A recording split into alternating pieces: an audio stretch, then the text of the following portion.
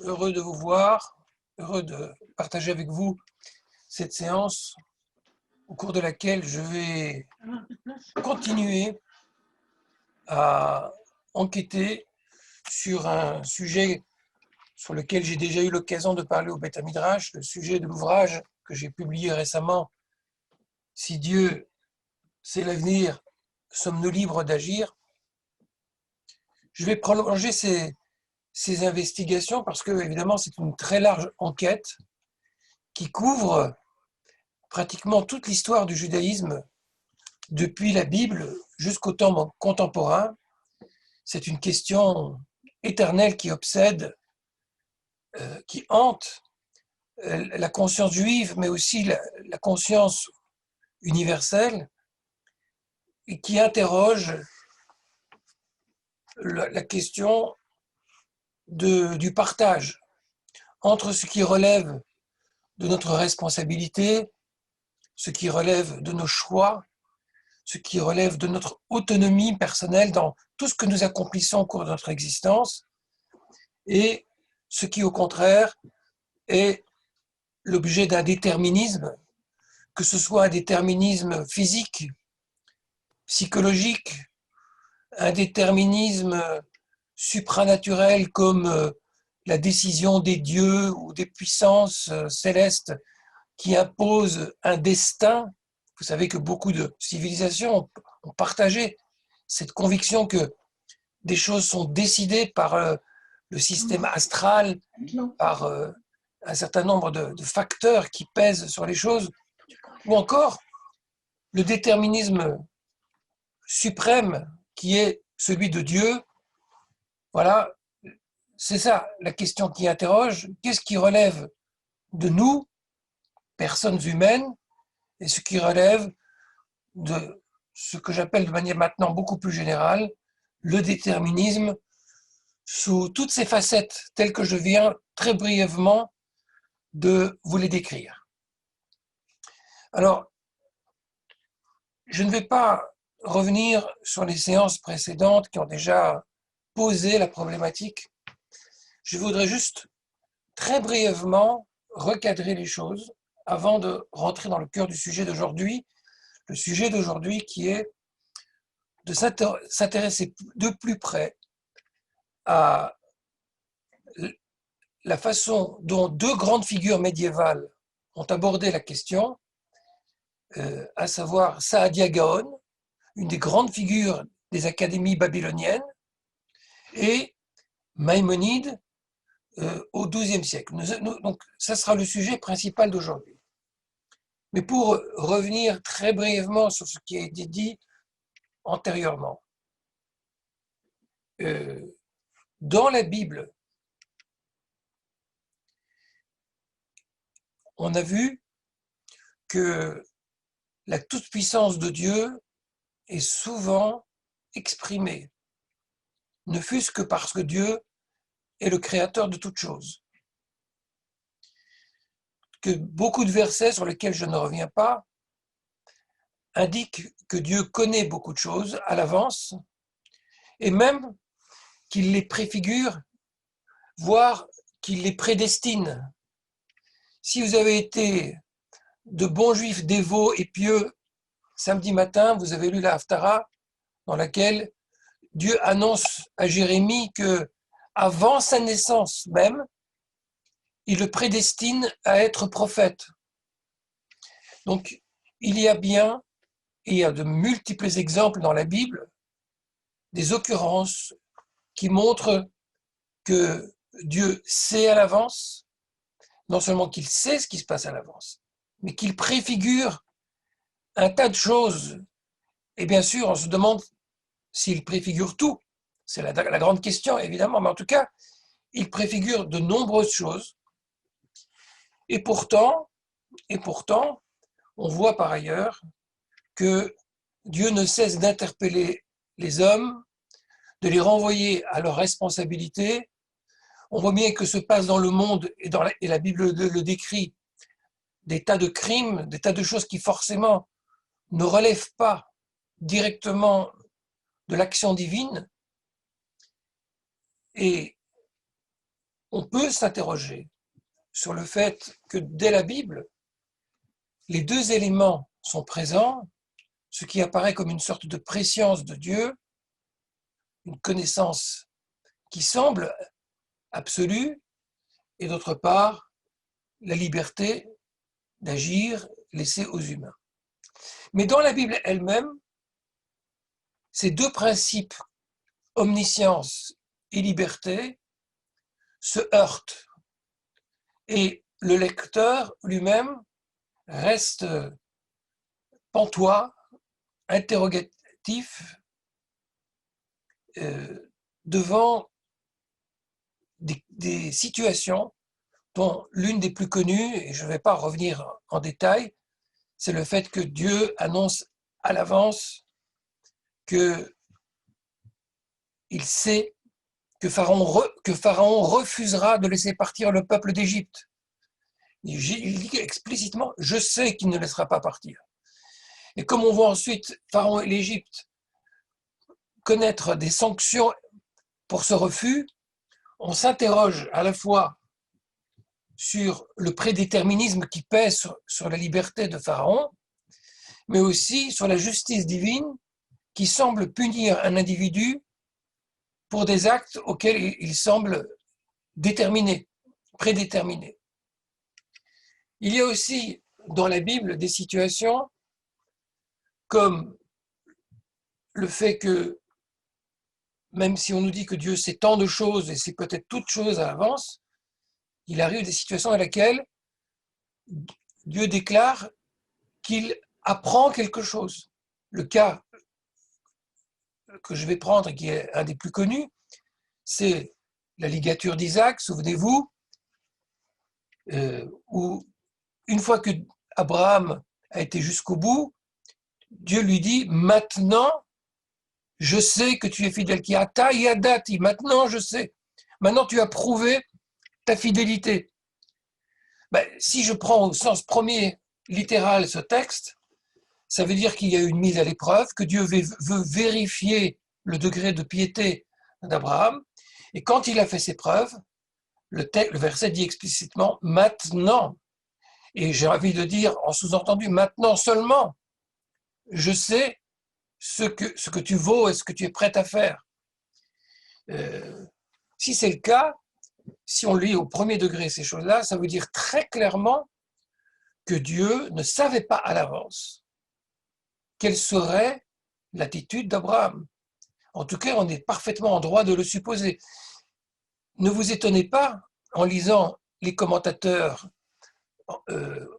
au Moyen-Âge, être très gêné par ce texte et le lire de telle sorte qu'ils finissent par dire, en fait, Dieu savait parfaitement quelle serait la décision d'Abraham.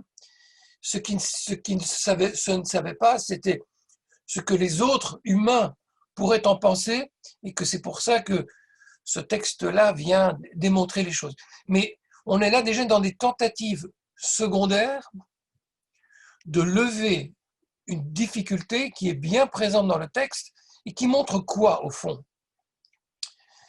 Qui montre que le libre arbitre et l'omniscience, si ces deux éléments sont bien présents dans la Bible, il y a aussi dans ce même corpus des occurrences qui montrent le contraire, qui montrent qu'il n'y a pas toujours omniscience, qui montrent qu'il n'y a pas toujours libre arbitre. Et avec cet héritage-là qui est le nôtre, qui est celui des textes bibliques, va naître justement toute une tradition qui va tenter de lever la difficulté, mais qui ne va pas le faire seulement à partir d'une réflexion de type exégétique qui consiste à interpréter les versets, à les confronter et tenter de lever les tensions ou les contradictions, mais ça va se faire aussi avec des outils, des instruments qui sont les loupes, les lentilles, si vous préférez, les prismes, qui sont les environnements culturels dans lesquels les Juifs se trouvaient tout au long de l'histoire, et qui faisaient que parce qu'ils étaient imprégnés d'un certain nombre de notions, notamment héritées de la philosophie classique, eh bien, ils avaient des tas de présupposés qui les ont amenés à réfléchir, à essayer, à partir de ces instruments-là, de lever les contradictions. Et cette rencontre avec la philosophie comme instrument d'investigation, comme instrument de la raison pour tenter de lever ces contradictions, c'est quelque chose qui apparaît surtout à partir du Moyen Âge. Le premier peut-être, pas peut-être, mais sans doute, un des tout premiers qui s'est mesuré à cette question et qui a confronté le savoir, les instruments philosophiques, qui a utilisé les instruments philosophiques pour tenter de résoudre ces questions, c'est Philon d'Alexandrie. Il est une sorte de pionnier, de phare au 1er siècle de notre ère. Il va avoir une influence considérable sur les débuts de la théologie chrétienne, qui justement sera instruite à la fois de la philosophie et des textes bibliques. Philon d'Alexandrie ne résout pas la question qui est la nôtre, l'omniscience et le libre arbitre, mais il affirme néanmoins que Dieu sait absolument toutes choses, jusqu'au dans les moindres détails, et il affirme au demeurant que l'homme est absolument libre. Donc il pose, j'ai envie de dire, il exalte les deux dimensions et il laisse sous-entendre que, puisque les deux coexistent, qu'il n'y a pas de contradiction, mais sans apporter d'argumentation à cela. Ce qui va se passer, mais ça va se passer dans le judaïsme beaucoup plus tard, c'est qu'au Moyen-Âge, et Saadia Gaon est la première figure connue en la matière, au Moyen-Âge, ces questions vont être reprises et abordées d'un point de vue juif, avec enfin ces instruments-là de la philosophie. Qu'est-ce qui s'est passé entre Philon d'Alexandrie, qui, je vous le rappelle, vit au 1er siècle, et Saadia Gaon, qui vit au Xe siècle? Il y a pratiquement quelques 800 ans qui les séparent. Du côté juif, c'est une grande interrogation. Il y a eu, semble-t-il, mais peut-être Tony nous éclairera là-dessus, une sorte de blackout, une sorte de zone d'ombre latente dans laquelle la philosophie n'a pas eu véritablement prise, en tout cas pas une empreinte décisive sur la pensée juive. La pensée juive se développe, en tout cas dans les documents qui ont été préservés, principalement dans les académies rabbiniques, en Eretz Israël d'abord, en Babylonie ensuite. C'est une pensée très élaborée, la pensée talmudique, mais ce n'est pas une pensée philosophique qui utilise les instruments, les définitions telles qu'elles ont été développées en Grèce. Alors, qu'est-ce qui fait que à Bagdad, Saadia Gaon, au Xe siècle, tout à coup, se met à réfléchir en termes philosophiques? Eh bien, c'est tout simplement parce que à Bagdad, dans cette région, dans cet essor de l'islam des premiers siècles, il se produit une rencontre intellectuelle. Les Arabes ont commencé à traduire les textes venant de la Grèce. Il y a à Bagdad l'influence zoroastrienne de la région iranienne. Bagdad est héritière de l'islam. Il y a des chrétiens qui sont dans la région. Les juifs y sont également. Et c'est un carrefour des cultures. Il y a une confrontation des idées. Et notre ami, je dis notre ami par sympathie, mais c'est évidemment une personnalité publique éminente, un, comment dirais-je, dirigeant qui est à la tête de l'académie, Saadia Gaon, se sent pour devoir, mais j'ai envie de dire pour contrainte, de devoir exprimer les vérités du judaïsme dans un langage audible à ses fidèles, les fidèles juifs, qui, eux, sont confrontés, en tout cas pour leurs intellectuels, aux différents courants d'idées qui s'opposent. Donc, l'entrée du judaïsme dans la démarche philosophique se fait sous la contrainte de devoir s'expliquer, de devoir être crédible face à des discours qui sont des discours qui nous viennent du monde environnant. C'est en soi un thème de réflexion très intéressant. Qu'est-ce qui fait que tout à coup, les Juifs commencent à s'intéresser à des choses qui ne les regardent pas? Est-ce que la curiosité? Apparemment non, c'est plutôt la contrainte.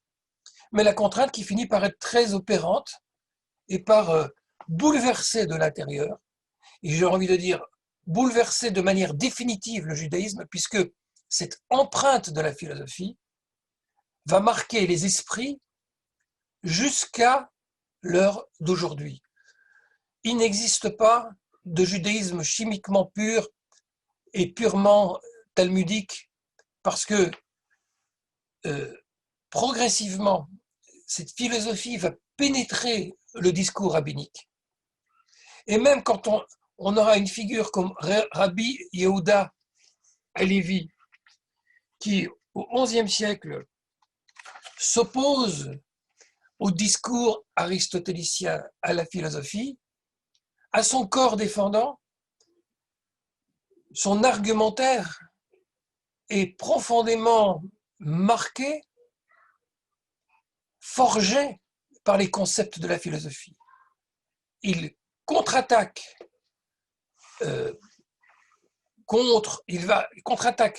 face à la philosophie, mais avec le discours ou avec les outils de la philosophie. Et quand Maïmonide, on va en parler aujourd'hui, s'empare de toutes ces questions, non seulement il écrit le Guide des égarés, qui est un livre profondément philosophique, profondément imprégné de la culture grecque,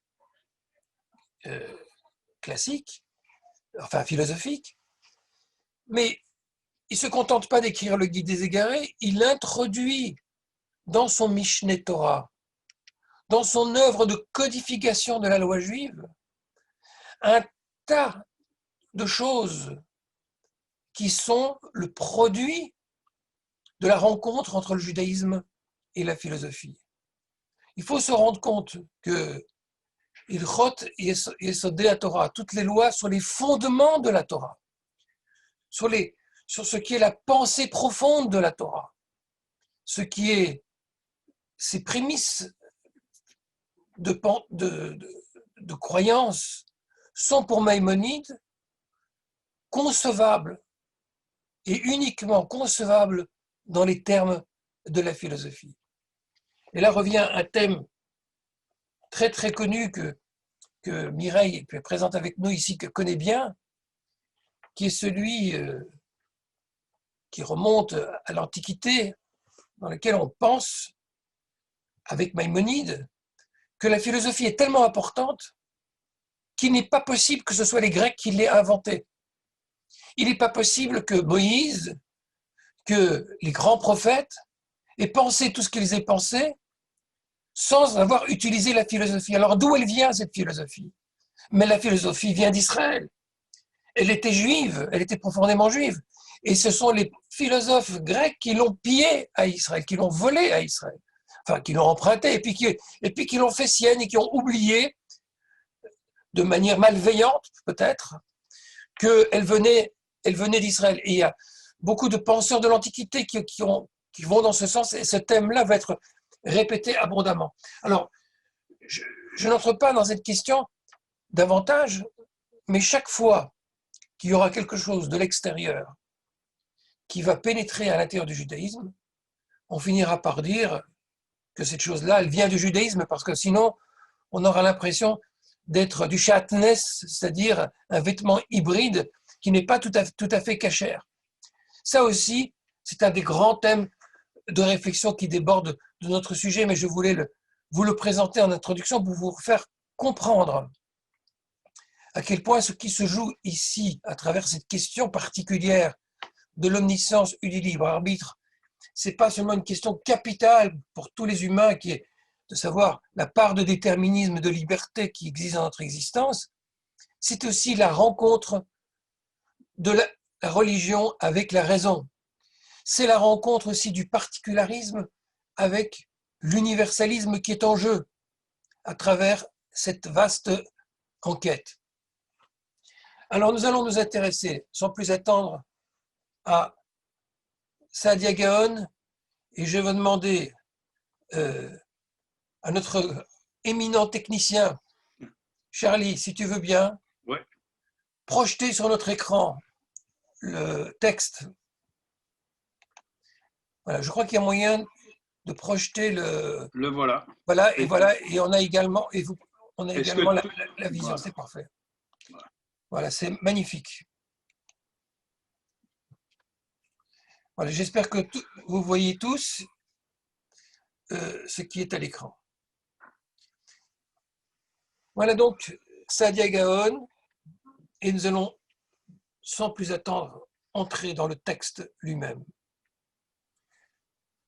Son œuvre majeure de pensée, dans laquelle justement il se confronte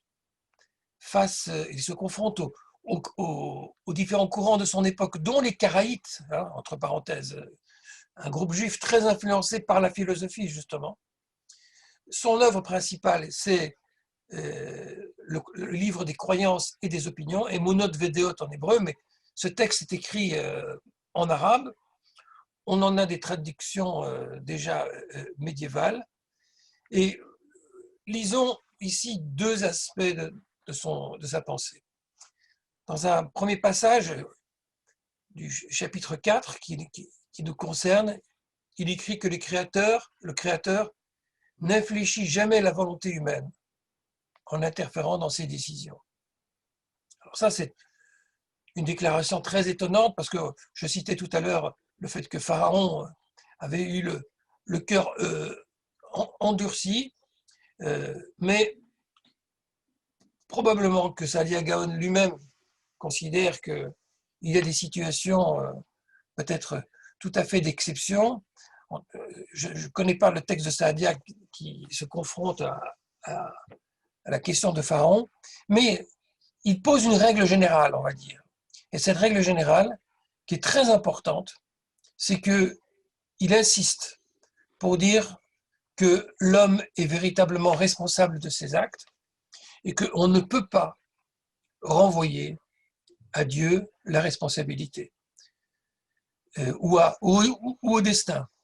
C'est un point important, et en général, les penseurs juifs vont être très, très radicaux, j'ai envie de dire, sur cette question, beaucoup plus que ne l'ont été les penseurs chrétiens et que l'ont été les penseurs musulmans. Ce n'est pas l'endroit ici d'entrer plus dans les détails, mais c'est important de le remarquer, que pour le judaïsme, la question de la responsabilité humaine, de la pleine responsabilité humaine, non affectée par le péché originel de manière drastique, non affectée par une sorte de surpuissance de Dieu qui détermine les choses, c'est une des caractéristiques, c'est une des marques de fabrique du judaïsme. Regardons maintenant le cœur de l'argument qui est juste en dessous, si tu peux un tout petit peu, voilà, parfait, merci Charlie. Je vais lire directement en français, mais de temps en temps je mets le texte en hébreu, parce que c'est intéressant de voir comment il a été formulé dans le cadre juif, bien que, je le rappelle, ce texte est écrit à l'origine en arabe. Voilà l'argument de Saadia. Peut-être, il discute avec un contestataire imaginaire. Peut-être arguera-t-il que si Dieu sait les choses avant qu'elles ne se produisent, et sait que tel homme contreviendra à sa volonté, qu'il est impossible pour cet homme d'agir autrement, au risque de porter atteinte à l'intégrité de la science divine. Donc là, simplement, il pose l'argument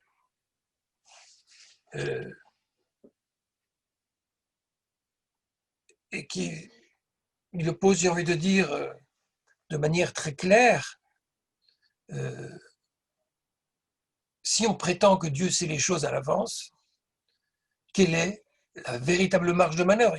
Il n'est pas logiquement possible d'admettre que Dieu agisse, que l'individu agisse autrement.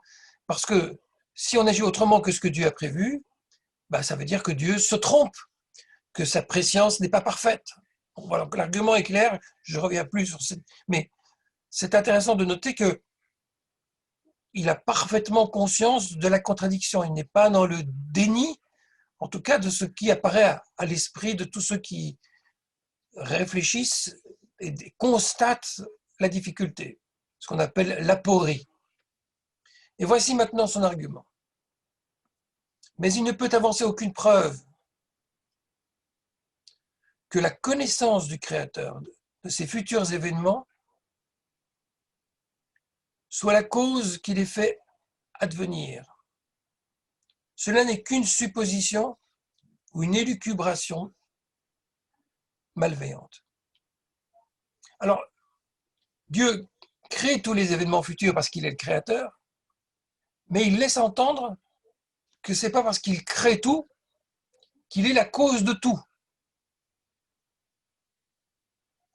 Et voici son argument.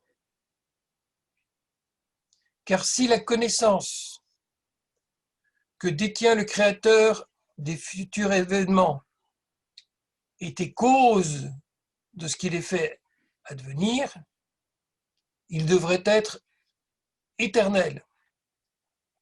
En effet, en les connaissant éternellement, ils ne devraient cesser d'être, puisque la connaissance les concernant ne cesse pas. Or, ces événements ne sont pas éternels.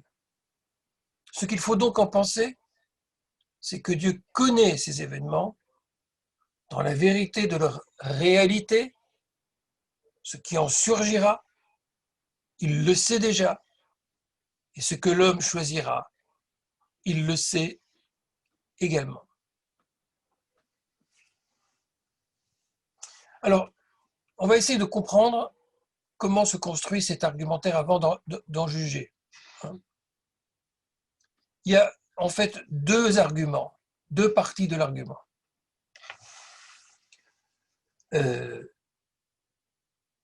Il dit que la connaissance que la préscience que Dieu a des événements n'est pas la cause de ces événements.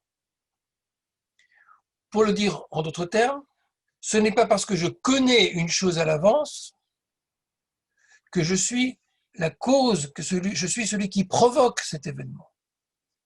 Dieu a créé toute chose, mais ça ne signifie pas qu'il est l'acteur direct des choses. On a vu un peu plus haut qu'il a donné à la volonté humaine une autonomie, une liberté. Donc Dieu ne se substitue pas au fait que l'homme est la cause de ses propres actes. Dieu ne les cause pas. Et l'argument qu'il donne est un deuxième argument pour, en quelque sorte, appuyer cette thèse. Il dit, si Dieu était la cause de toute chose, comme Dieu est éternel et qu'il agit éternellement, s'il connaissait ces choses comme il est lui-même, c'est-à-dire éternellement, eh bien ces choses elles-mêmes seraient éternelles. Les objets de sa connaissance seraient éternels. Or, on voit bien que les événements et toutes les choses qui se passent ne sont pas éternelles, elles durent qu'un moment réduit. Donc, vouloir attacher la cause éternelle à des événements qui ne sont pas éternels, ça ne colle pas. Et c'est pour lui la démonstration que Dieu n'est pas la cause de ce qui se produit. Et comme il n'est pas la cause, eh bien, il faut comprendre que ce n'est pas parce qu'il connaît cette chose à l'avance qu'il les cause, que ce sont deux choses totalement indépendantes. Ce n'est pas la connaissance qui est à l'origine d'un déterminisme. Alors, on est dans quelque chose de très philosophique, de très médiéval aussi dans l'argumentaire, mais je voudrais prendre quelques minutes et pour vous stimuler et vous poser la question, je vous demande d'être philosophe pendant quelques instants et de me dire si vous êtes convaincu par l'argument de Saadia Gaon, qu'est-ce que vous en pensez et qu'est-ce que vous en voyez de problématique, si vous en voyez quelque chose de problématique. Je vous écoute. Alors, on peut remettre la galerie là pendant quelques instants pour qu'on se voit les uns les autres.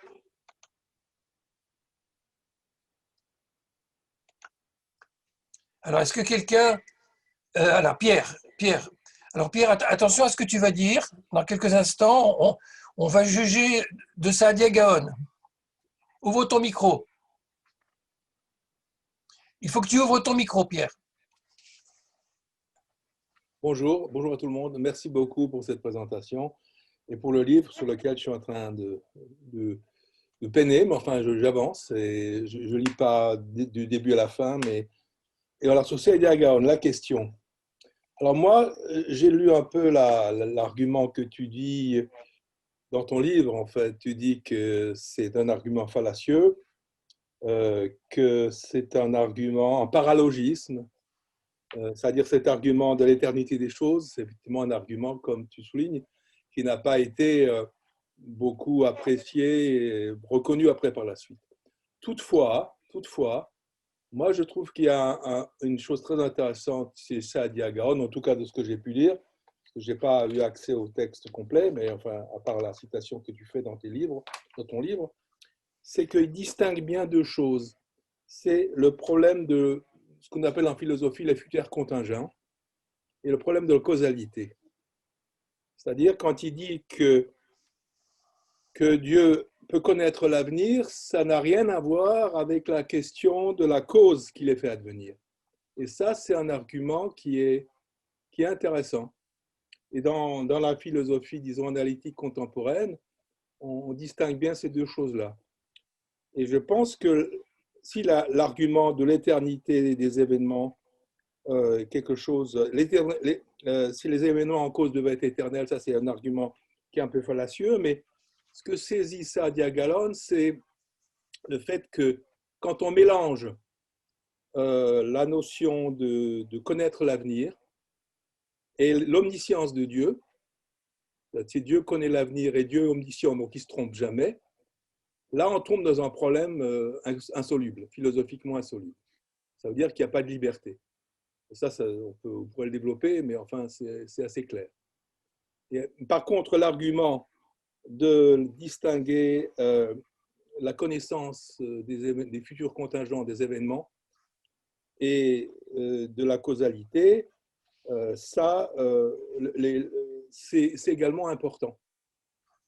Maintenant, aujourd'hui, en termes de ce qu'on appelle le problème de la liberté, free will, on raisonne plutôt en termes de causalité. Est-ce qu'on est déterminé par nos gènes? Est-ce qu'on est déterminé par notre inconscient, etc., etc. On ne raisonne pas tellement en termes de connaissance de l'avenir. Du moins, cet argument n'est plus un argument qui est considéré comme valable. Voilà. Donc, pour résumer, je m'arrête là. je trouve que chez Adia Gaon, s'il est vrai que cet argument, que Dieu est le créateur des futurs événements et que ces événements devraient être éternels, ça, ce n'est pas un argument qui tient. Par contre, la distinction que fait Saadia Gaon entre la prévision, la notion de prévision, que Dieu veut connaître l'avenir, et la notion de causalité qui détermine l'avenir, ça me paraît très essentiel. Merci Pierre. Je pense que c'est une distinction très importante que tu fais. Je vais y revenir dans quelques instants et je veux peut-être encore laisser une ou deux réactions si quelqu'un pense qu'il a un avis à ajouter sur cette première argumentation de Saadia. Robert. Il faut que tu ouvres ton micro, Robert, sinon ton argument est inaudible. Voilà, parfait. Ce que vient de dire Pierre, il y a dans cette argumentation de Saadia Gaon quelque chose qui ne tient pas. Je pense que, en fait, on a mélangé deux choses. On a mélangé une omniscience totale et définitive qui, en fait, supprime le temps. Il n'y a plus de temps, il n'y a plus de devenir, puisque tout est déjà connu. Et on mélange cela avec une science supérieure, je n'ose pas dire suprême, qui permettrait à Dieu de connaître mieux que tout homme les ressorts des décisions humaines. On ne parlait que des décisions humaines. On pourrait aller encore plus loin, des connaissances, une science divine qui permettrait de savoir mieux que l'homme quels sont les ressorts de la nature, qui permet à la nature d'évoluer dans tel ou tel autre sens. Mais en tout cas, et là je rejoins Pierre, il ne peut pas s'agir d'une omniscience, c'est-à-dire d'une science qui sache, qui saurait à l'avance tout ce qui va se passer. Car si c'est le cas, eh bien, il n'y a plus de temps, donc il n'y a plus de création même, il n'y a plus rien. Merci beaucoup Robert, c'est un point très important, oui, dans un instant Raphaël, c'est un point très important que tu soulignes, d'une très grande profondeur aussi. C'est vrai, et en tout cas dans mon ouvrage j'en parle beaucoup, de lier toute cette question à l'implication du temps, ce que signifie le temps, c'est un élément absolument capital, c'est une clé pour comprendre la signification de cette énigme. Raphaël et puis David.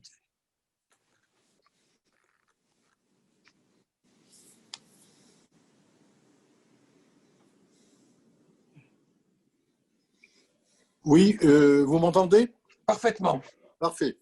Bien, la position de Saadia, je la trouve pour ma part d'abord très astucieuse. C'est-à-dire que pour sortir de l'aporie dont vous avez parlé, il fait intervenir la notion de cause qui distingue du reste. Et il dit donc que la connaissance que Dieu a des choses, cette connaissance n'est pas la cause de ce que ces choses adviennent, car sinon il serait éternel, ajoute-t-il. Alors ça veut dire quoi? Ça veut dire que la cause est ailleurs. Et comme je ne connais pas Saadia, je ne sais pas où est cette cause, parce que c'est peut-être une des difficultés de sa théorie. Il dit que cette omniscience n'est pas la cause. Mais moi, ma difficulté que je vois, c'est dans le corollaire de ce qu'il vient de dire, puisqu'il ajoute, ça veut dire que Dieu sait ce que l'homme choisira. Ça, il le sait, parce que ça fait partie de son omniscience, mais c'est l'homme qui choisit. Alors, ça ne tient pas. Et c'est là que je vois la difficulté. Parce que s'il sait que l'homme choisira, ça veut dire que l'homme n'est plus libre. Ah oui. S'il sait déjà que l'homme va le choisir, s'il choisit par hasard différemment à la dernière minute de ce que Dieu sait, à ce moment-là, Dieu se sera trompé, il ne sera plus omniscient. Et là, on retrouve l'aporie. Donc, Oui. je pense que la difficulté de sa solution est double. D'une part, c'est qu'on ne sait pas quelle est la cause si ce n'est pas l'omniscience. Et deuxièmement, qu'est-ce qui reste de la liberté si Dieu sait à l'avance ce que l'homme choisira? Voilà mes deux questions. Bon. Mais je ne suis pas philosophe. Dans, dans quelques instants, je vais rebondir, je vais encore donner une dernière prise de parole à David, parce que je voudrais avancer dans quelques instants.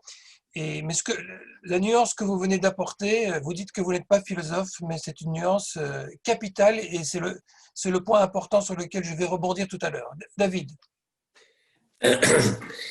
Donc, si, d'après Saadia Gaon, si la connaissance est différente de la causalité, cela pose une question, à mon avis, fondamentale, c'est à quoi sert la connaissance de Dieu? À quoi sert-elle? Soit, eh bien, soit l'homme est déterminé selon la connaissance de Dieu, et en ce cas-là, il n'y a aucun libre arbitre, alors que précédemment, il a montré qu'il y avait un libre arbitre, soit, eh bien, la connaissance de Dieu n'a pas permis que la réalisation soit conforme à ce qu'il connaissait, et dans ce cas-là, eh bien, on se pose la question, à quoi sert cette connaissance? C'est l'omniscience qui est remise en cause, là. Voilà. D'accord. Ok, alors je vais maintenant essayer de reprendre les éléments qui ont été énoncés ici et avancer sur cette question. Oui, oui. Ah, c'est juste. Alors, d'abord, pour répondre brièvement à David, c'est vrai que si cette connaissance est cause et qu'elle détermine tout, il n'y a plus de liberté. On a tranché la question en faisant l'impasse sur la liberté humaine. Mais de dire qu'elle ne sert à rien dans le cas contraire, ce n'est pas évident, parce que, somme toute, si Dieu sait à l'avance les choses qui se passent, ça lui permet d'adapter sa providence, son attitude dans le monde, en fonction de ce qu'il prévoit. Et quand on est prévoyant, quand on a la bonne vision de ce qui va se passer, on a les réactions les plus adaptées. C'est pour ça que les théologiens veulent absolument défendre l'idée de la préscience absolue et sans défaut de Dieu. C'est l'intérêt. Est-ce qu'ils y parviennent? C'est une autre question. Mais en tout cas, tel est l'enjeu. Maintenant, pour un petit peu, comment dirais-je, affûter toute cette question, et pour répondre à ce qui a été dit aussi, enfin, aux tentatives d'élucider cette question, je voudrais qu'on revienne sur le document, s'il te plaît, Charlie, et on va lire.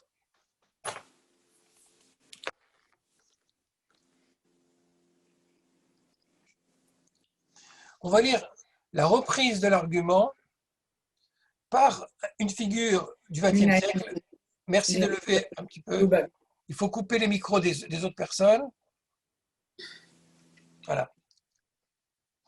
Alors, merci, c'est parfait, c'est parfait. Alors, voilà par exemple le fameux Rabbi de Lubavitch qui, interrogé sur la question, reprend l'argumentaire. On voit en somme la pérennisation de cette question et la fortune qu'elle a connue. Il revient sur le problème en prenant un cas de figure qui est d'ailleurs un cas de figure dont on trouve déjà les traces exprimées dans les textes les plus anciens de l'Antiquité. Considérons un homme possédant le don de prédire le futur. Dirions-nous pour autant que la prédiction relative à tel individu réduit sa capacité à agir librement comme au préalable? L'anticipation du voyant porte néanmoins sur la voie que cet individu choisira de son propre chef et sur la manière dont il agira en toute liberté. Là, ce que l'on voit, c'est ce que Pierre disait à l'instant, c'est le rabbi de Lubavitch dit, c'est pas parce qu'on prévoit quelque chose qu'on cause cette chose.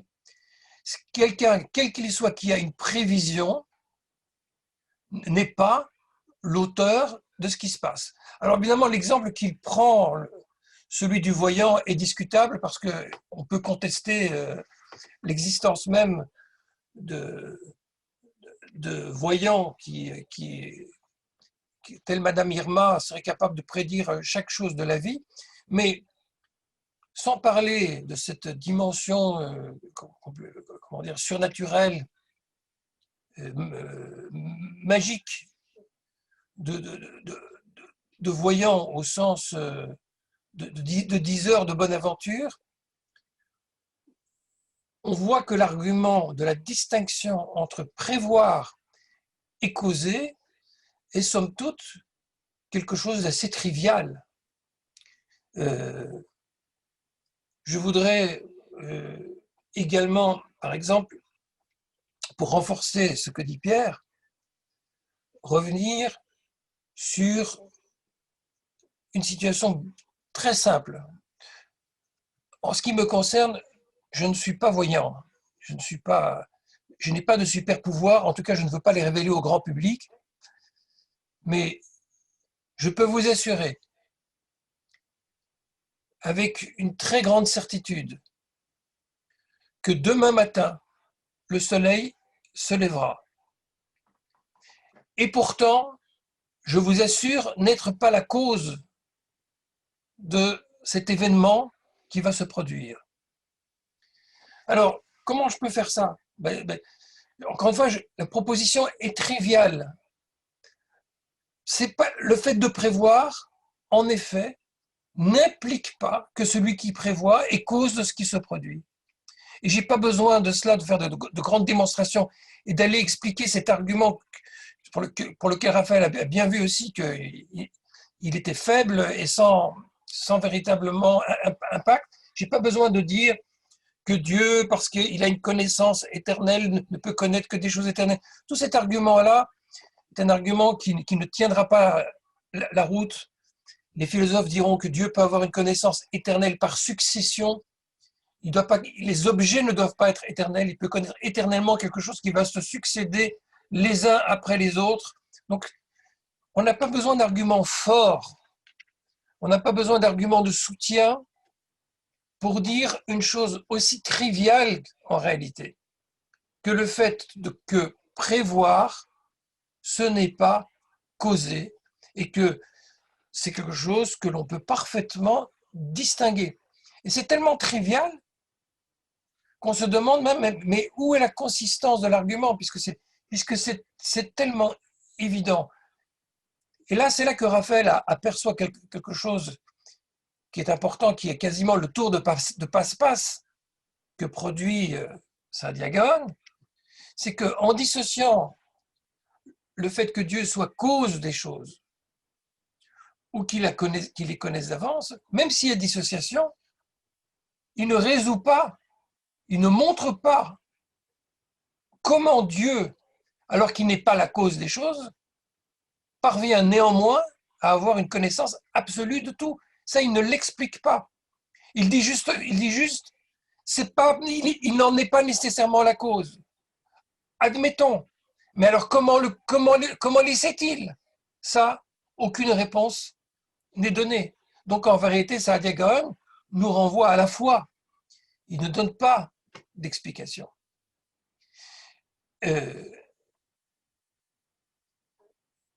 Ce qu'il faut bien avoir en tête, c'est que quand on n'est pas la cause de quelque chose, est-ce que ça veut dire qu'il n'y a pas de cause? Là, c'est aussi encore un point que Raphaël a souligné. Et c'est là que je crois qu'on peut répondre à l'argument de Saadia de la manière suivante. Pour que Dieu sache tout à l'avance, d'un point de vue logique, il n'a pas besoin d'être lui-même la cause de ce qui va se produire, mais il doit au moins connaître les causes qui vont le provoquer. Parce que s'il n'y a aucune cause qui va provoquer une situation, on se demande comment la prédiction peut être faite. C'est-à-dire que la prédiction, pour nous, dans notre logique, suppose qu'il y ait une certaine nécessité qui pèse sur les événements. Si, par exemple, j'arrive avec tellement d'intelligence à prévoir que le soleil va se lever demain, c'est d'abord parce qu'il y a une longue expérience de la situation, c'est que chaque jour le soleil se lève, donc j'ai des bonnes présomptions de penser qu'il va se lever demain, même si je n'ai en réalité aucune certitude absolue.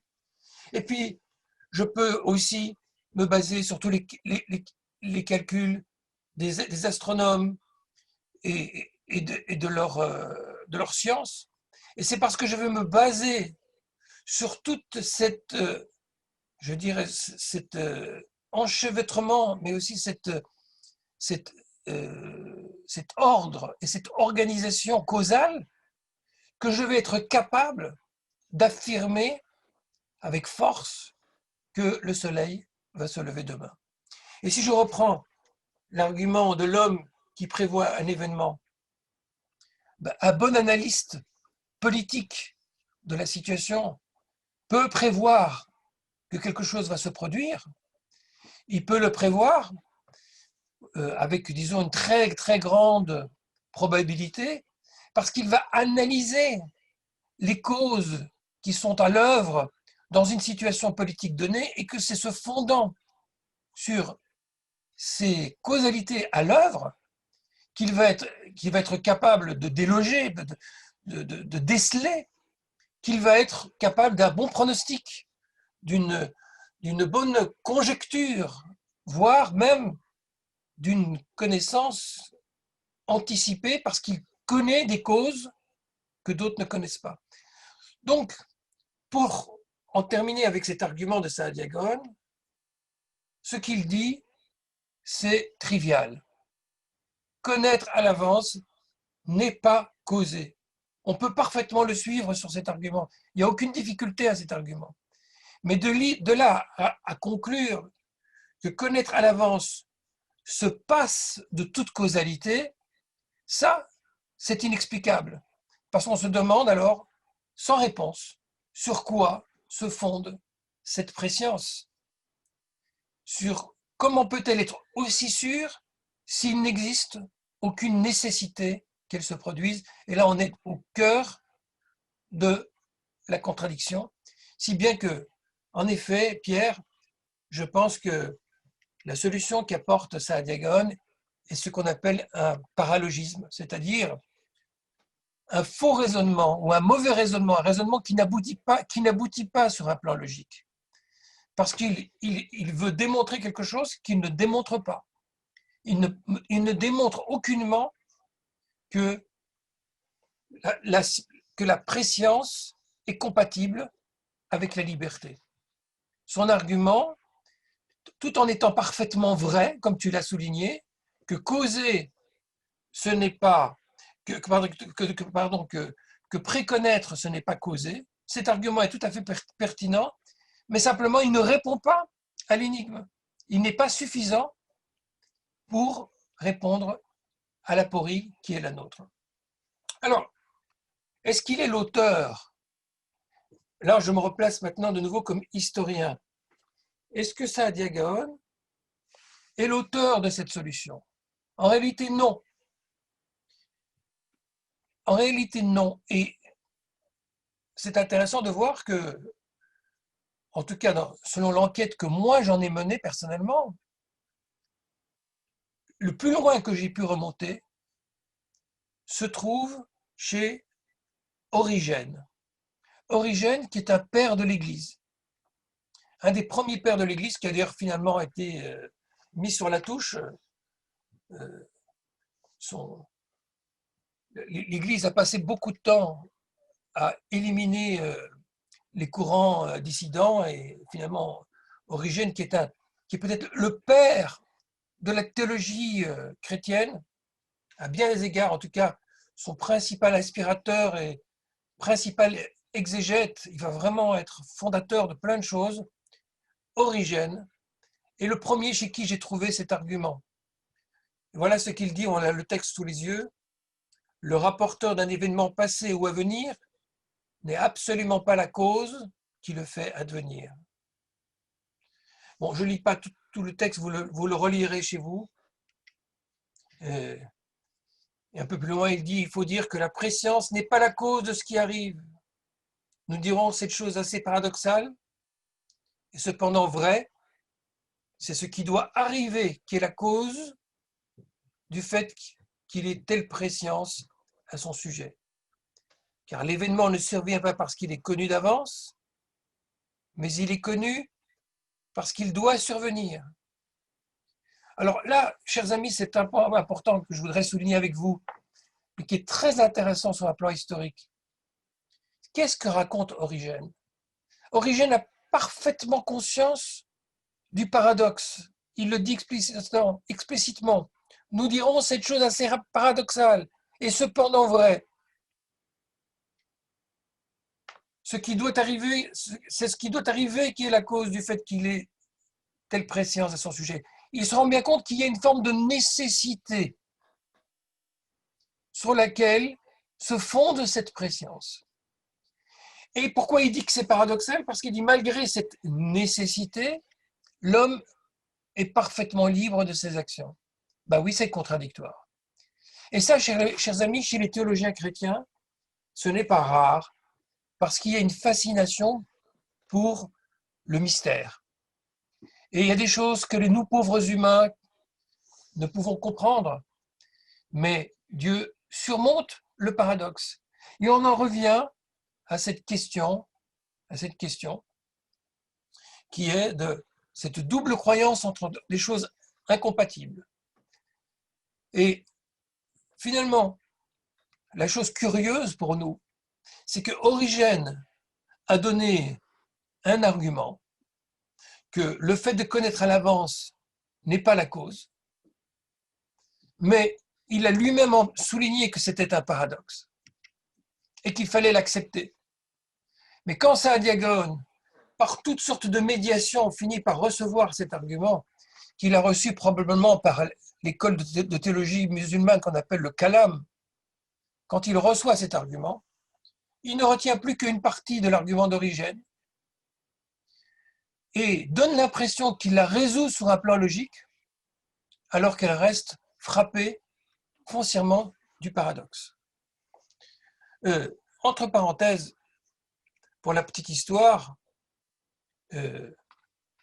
Origène lui-même n'est pas le premier à avoir évoqué l'idée que causer et connaître à l'avance sont des choses distinctes.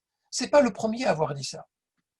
Le plus intéressant, c'est que le premier à l'avoir fait, c'est, en tout cas de ceux que j'ai pu identifier, c'est un philosophe aristotélicien qui s'appelle Alexandre d'Aphrosie, qui vit au IIe siècle de notre ère, probablement dont Origène a eu parfaitement connaissance.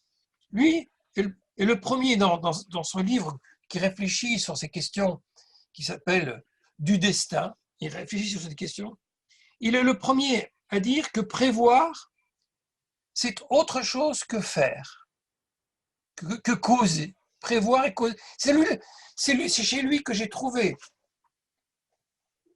pour la première fois cet argument.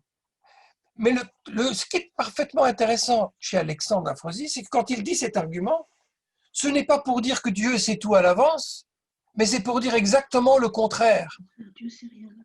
C'est-à-dire, il dit précisément parce que Dieu ne cause pas les choses, eh bien, ou les dieux, parce qu'il est dans un contexte où il parle des dieux, il dit Apollon, eh bien, Apollon ne sait pas toutes les choses à l'avance. Et quand il y aura un oracle d'un dieu, dit-il, c'est un argument intéressant, eh bien, cet oracle devra servir d'avertissement parce que c'est une conjecture qui montre qu'il y a certaines causes qui sont à l'œuvre, mais que Dieu ne les provoque pas de manière absolument nécessaire, et que donc, grâce à la liberté humaine, nous serons capables de déjouer ce que Dieu aura entrevu, ce que Apollon aura entrevu.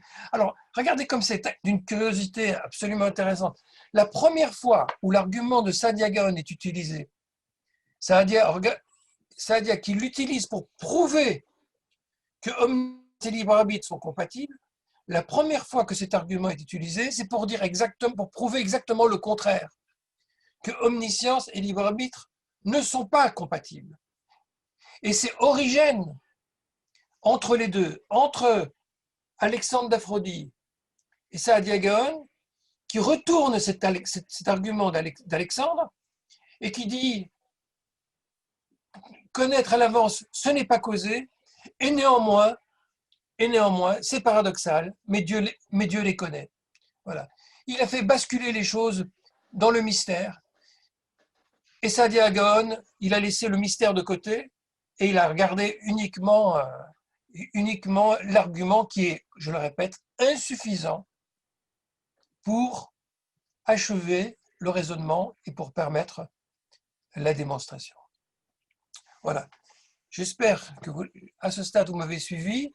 C'est un petit peu philosophique, un peu beaucoup, mais j'espère que vous avez suivi le raisonnement. Et en tout cas, nous en sommes dans une situation où on a, dans l'histoire du judaïsme, une première tentative de lever la contradiction rationnellement, de donner une argumentation, mais en tout cas, selon l'analyse que je vous ai proposée ce matin, cet argument est non concluant.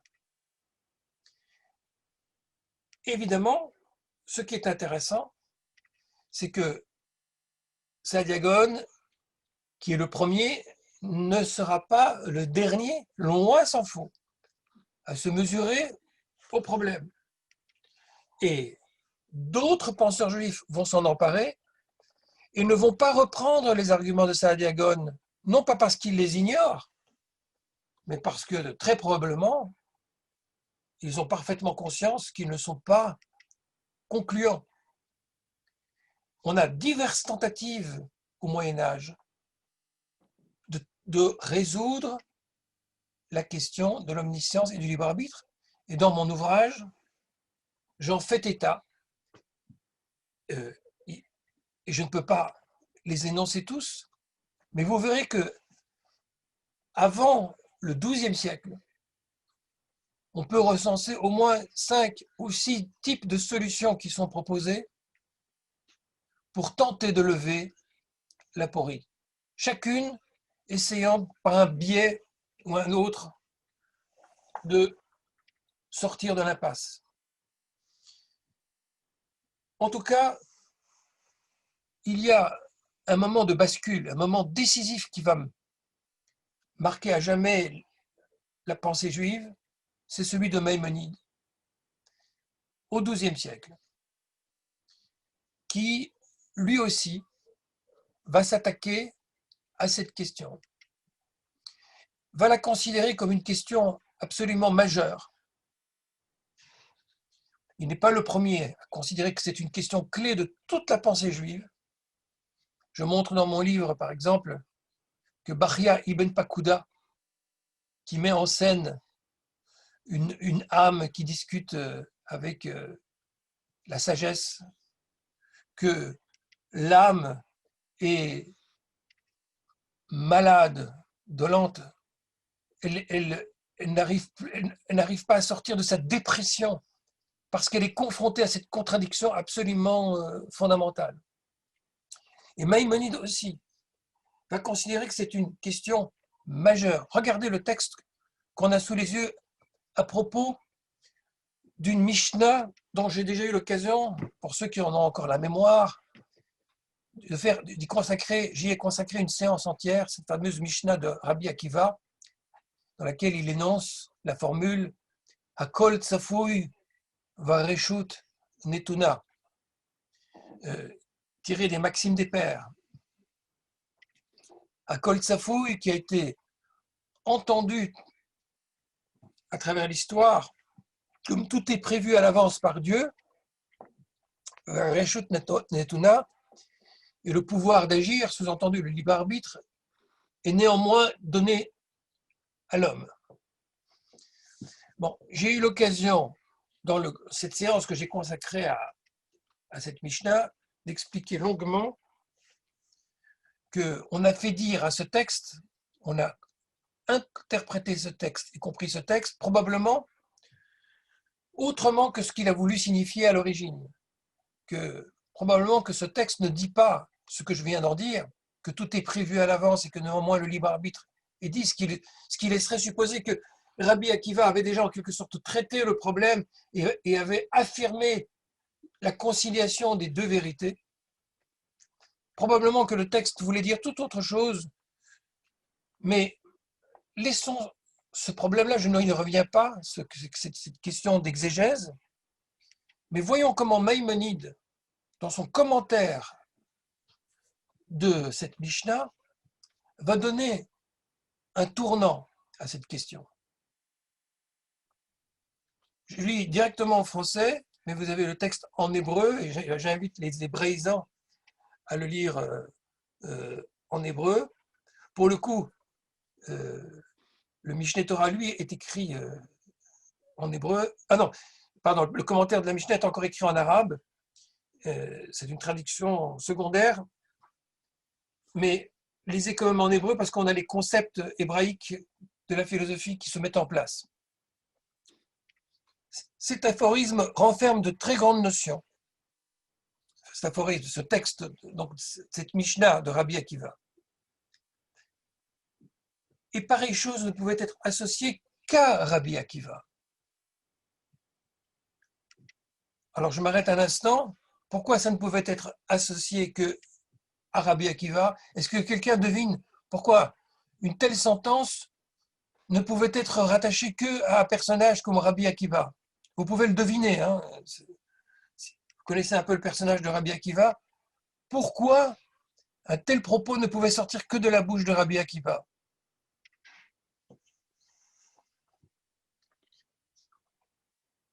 Alors, celui qui devine peut ouvrir son micro. Normalement, c'est Tony qui devrait répondre. Parce que Tony a traité cette question abondamment au Beth Midrash. Je pense que c'est lié à l'histoire du Pardès. Oui, oui, Charlie a parfaitement raison.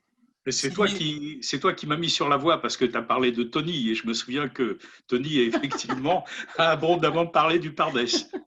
Alors, pour mémoire, dans le traité Chagiga, il y a 4 rabbins qui rentrent dans le Pardès, le jardin mystique, en fait, ce que Maïmonide interprète comme les grands secrets de la Torah, la métaphysique, les grands secrets, les secrets les plus précieux de la Torah.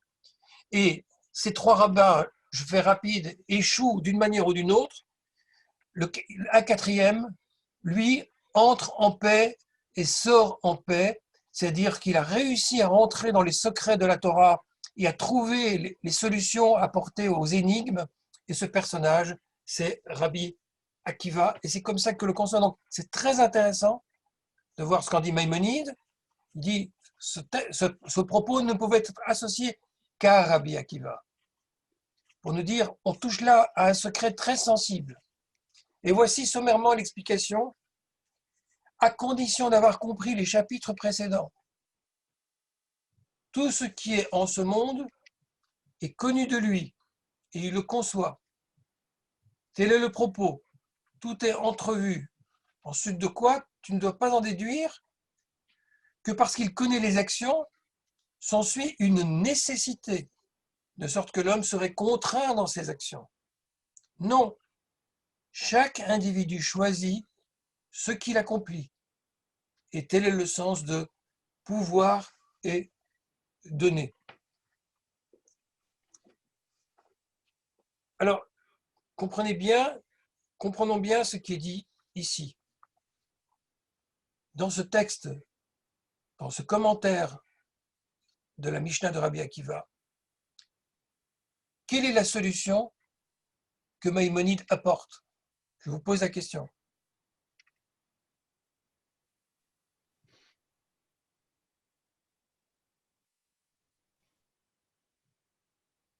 Je trouve que la solution, si je peux parler, Oui. la solution, elle est dans ton texte à la 4e ligne.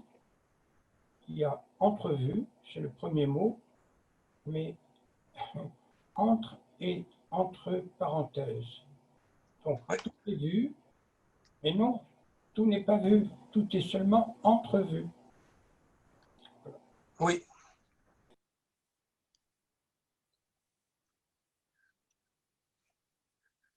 Oui, et tu as parfaitement raison.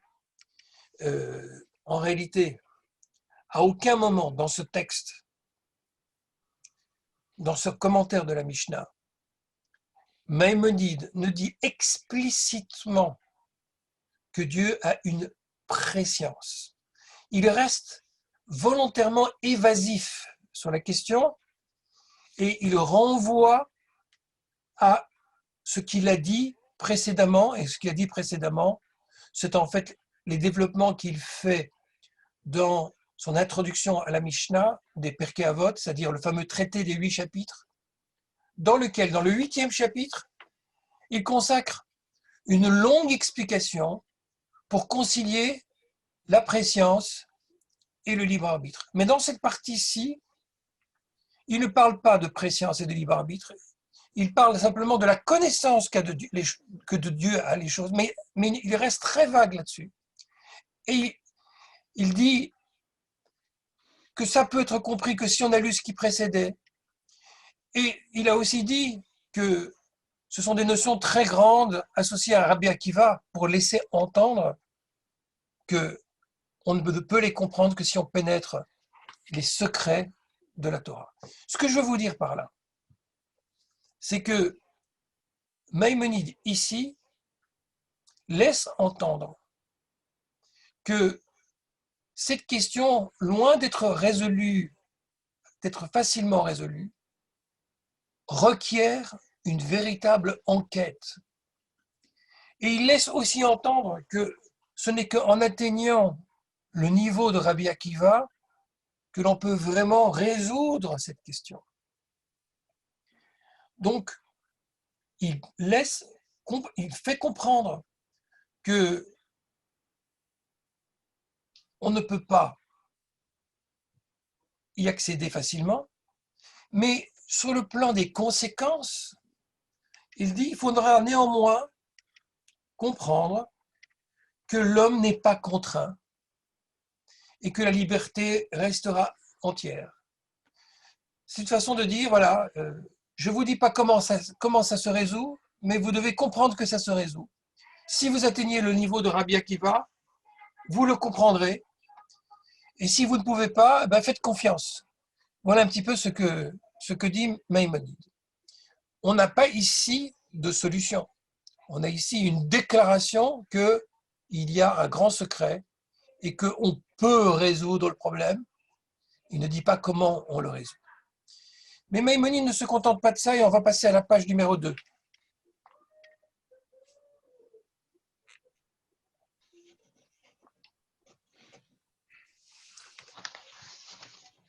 Là, je vais inverser la situation normale. La situation normale, c'est que, en réalité, dans d'autres écrits, comme je le disais déjà à propos du traité des 8 chapitres, mais aussi dans le Mishneh Torah et dans le Guide des Égarés, Maïmonide va présenter une solution au problème. Et notamment dans Ilchot Teshuvah. Dans quelques instants, si le temps nous en est donné, sinon on le fera la prochaine fois, on verra comment Maïmonide argumente et explique en quelques lignes la solution qu'il apporte. Mais nous venons de lire juste à l'instant que dans les Maximes des Pères, il laisse entendre que la question ne peut pas être résolue en quelques lignes et qu'elle est en réalité beaucoup plus profonde. C'est comme s'il y avait une tension à l'intérieur même des propos de Maïmonide entre une solution qui serait simple et une autre qui serait secrète. Et en effet, il y a deux strates dans la pensée de Maïmonide, ce qu'il dit explicitement et ce qu'il laisse entendre et qui renvoie à ceux qui sont prêts à faire ce travail d'intériorité. Mais ce que je voulais vous montrer, c'est ce par quoi je prends les choses à l'envers, c'est déjà toutes les réactions, ou un certain nombre de réactions, en tout cas que j'ai choisies, qu'a suscité les propos justement ambigus de Maïmonide. Regardons celui qui était un de ses principaux critiques, Rabbi Abraham ben David de Posquière. C'est un personnage très intéressant, insuffisamment connu du grand public. Le Ravad, Rabbi Abraham ben David de Posquière, a été un des principaux, ou un des premiers plutôt, glossateurs du Mishneh Torah. Et Rabbi Abraham ben David de Posquière est un critique profond du Mishneh Torah.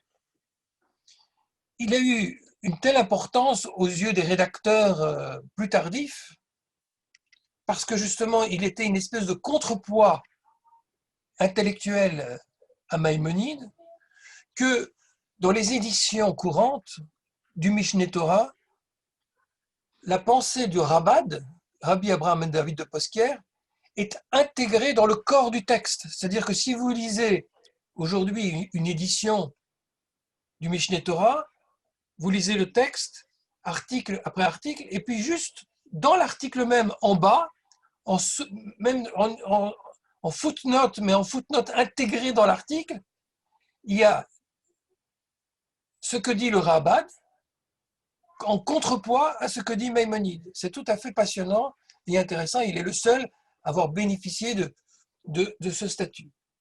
Et voilà ce que Rabad dit à propos des explications données par Maïmonide dans Ilchot Teshuvah.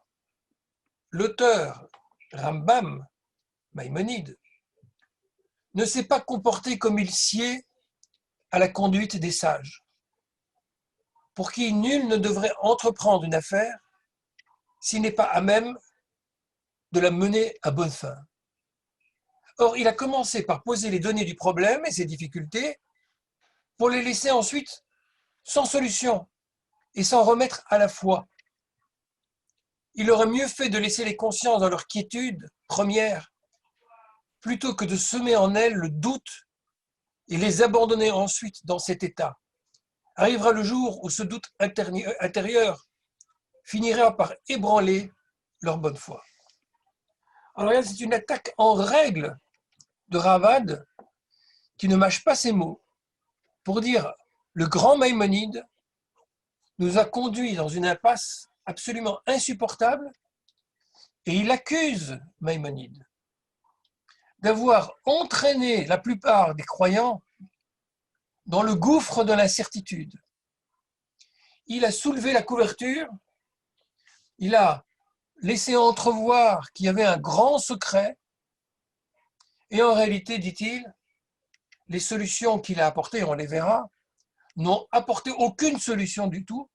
Donc il a montré, Maïmonide, par sa puissance de pensée, qu'il y avait bien une contradiction et en réalité, il n'a pas donné de bonne réponse.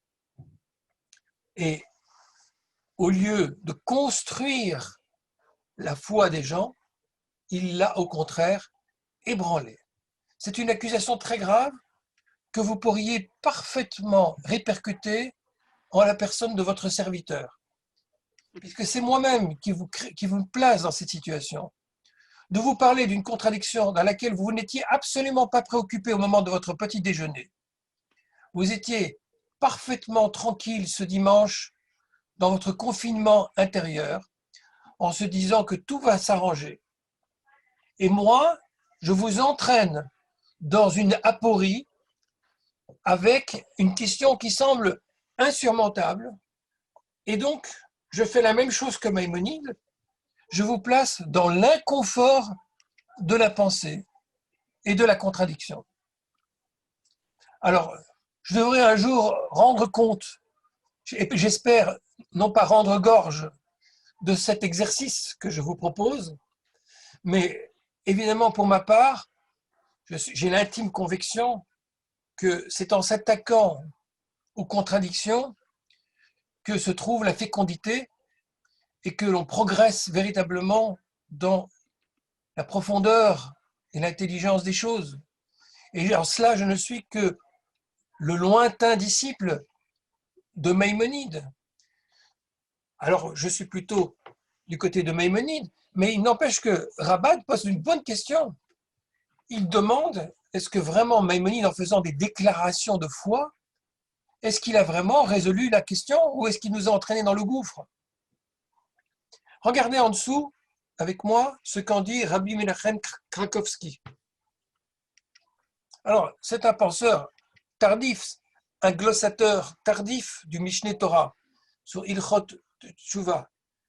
Comme vous pouvez l'entendre dans son nom, Krakowski, c'est un Polonais. Mais moi, je respecte beaucoup les Polonais, surtout que tous mes grands-parents étaient polonais, donc je n'ai rien contre. Mais on va voir comment fonctionne cet état d'esprit dans cet environnement-là très, très particulier. Rabbi Menachem Krakowski prend exactement la défense, le contre-pied de l'accusation faite par le Ravad. Et voilà ce qu'il dit. Je voudrais attirer votre attention sur ce texte parce que je trouve que c'est un texte majeur.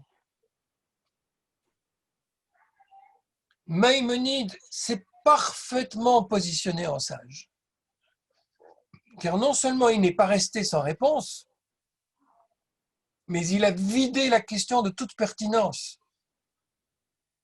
En logique, il y a ce qui est de l'ordre de l'impossible et ce qui est au-delà de l'entendement.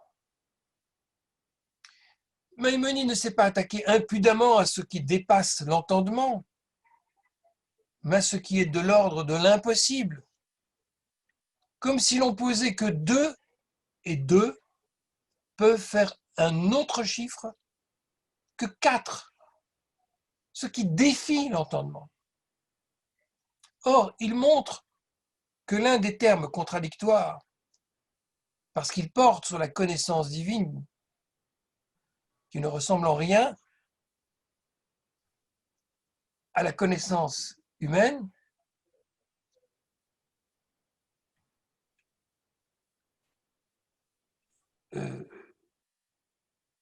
il montre parce que je n'ai pas terminé la citation, mais comme il montre que l'un des termes contradictoires dépasse l'entendement, eh bien, il ne s'est pas contredit en disant qu'on peut résoudre le problème. Alors, je ne vais pas ici entrer dans ce que Krakowski relève de la pensée de Maïmonide elle-même parce qu'on va l'analyser ensuite.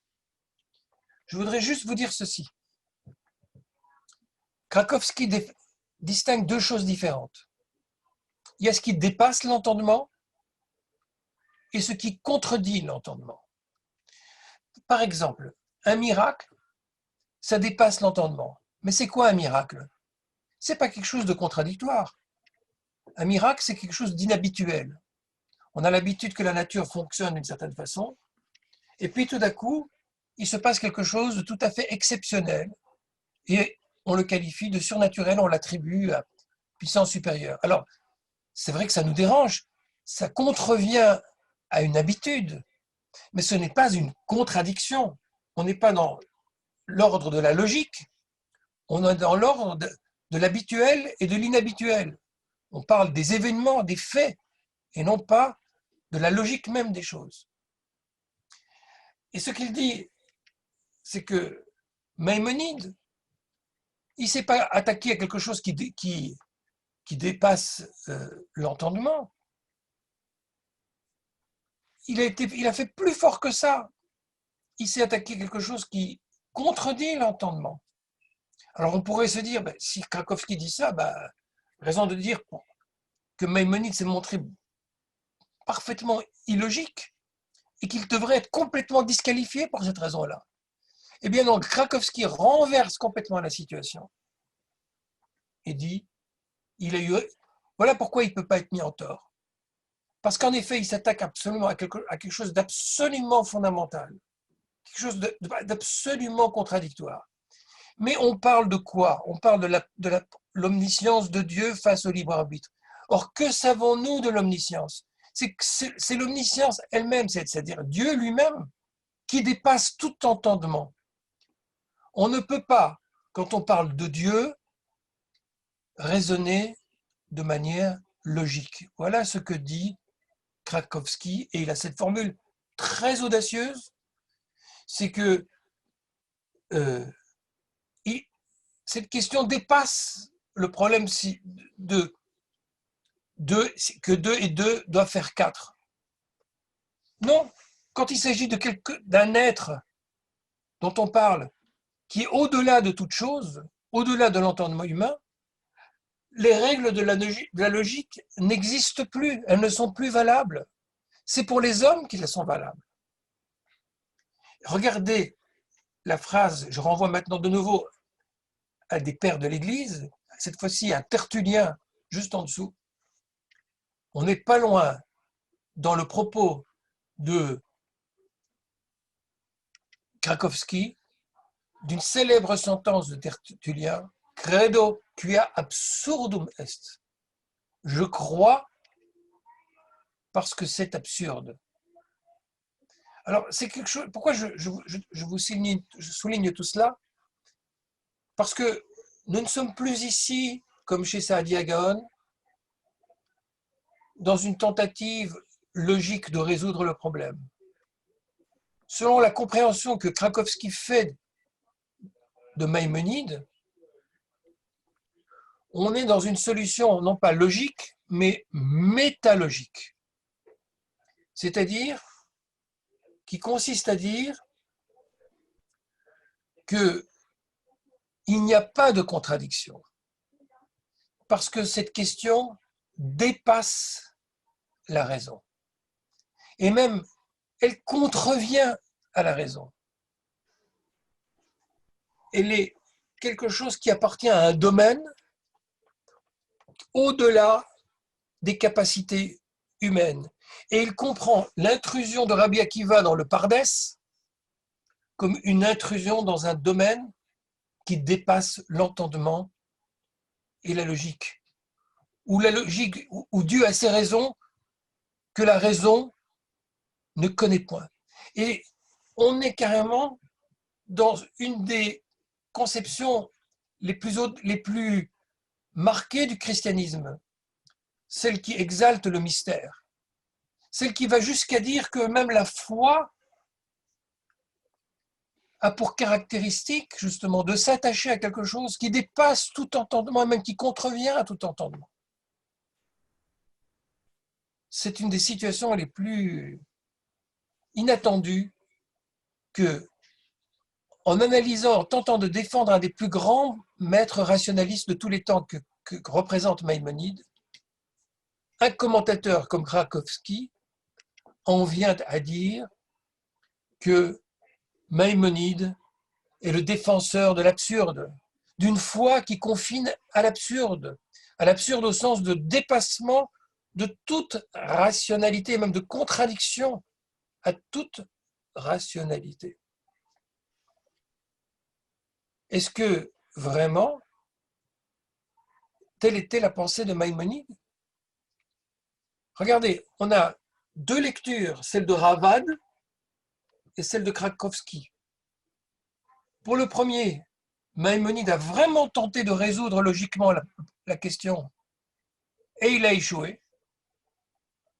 Et pour Krakowski, il n'a pas échoué parce que ce qu'il a dit était complètement irrationnel, mais parce que la question ne peut être que irrationnelle.